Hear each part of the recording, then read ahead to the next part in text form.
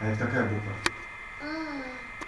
Артур говорит с трудом. Уже полгода он живет со страшным диагнозом – острый лимфобластный лейкоз. Лечить начали сразу. После первого курса химиотерапии мальчику стало лучше. Однако с началом второго состояние малыша резко ухудшилось. Родители рассказывают, он получил поражение мозга. Трехлетний малыш месяц боролся за жизнь в реанимации. Иммунитет упал, лейкоциты были на нуле, и он был все это время на антибиотиках.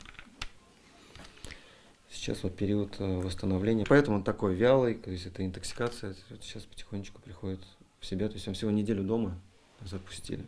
Но дома стены лечат, то есть раньше он вот так не мог взять машинку. Давай на ручки ко мне. Иди давай. Давай. Вот ты молодец. Артур заново учится ходить, ползать и держать предметы. За ребенком постоянно ухаживает мама и бабушка. Кормимся мы пока через зонд. Кушать вот он буквально вчера начал немножко сам. Надеемся, скоро зонд уберут нам.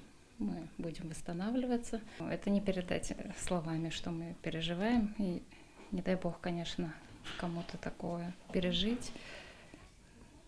Надеемся на хорошее. Все будет хорошо у нас. Отечественные препараты Артуру не помогают. Вылечить мальчика взялись врачи из Турции. 5-месячный курс стоит 7 миллионов 245 тысяч рублей. У них еще авансовая система, то есть довольно большой плюс, то есть мы можем уже приступать к лечению, приехать в клинику, оплатить, например, половину, и будем проходить лечение и набирать дальше остальную сумму. Мы хотим набрать хотя бы часть суммы, наверное, $30 000, чтобы могли внести первый депозит. Сейчас на руках Хабировых чуть больше 2 миллионов рублей. Помогли родственники и друзья.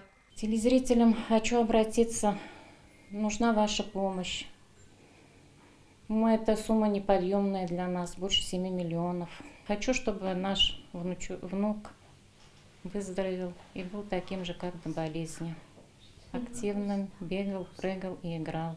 Хабировы надеются на нашу помощь. Реквизиты для перевода сейчас на экране. Все вместе мы уже не раз помогали тяжело больным малышам. Сирина Сахапова, Лисан Саитова, ТНВ, Высокогорский район.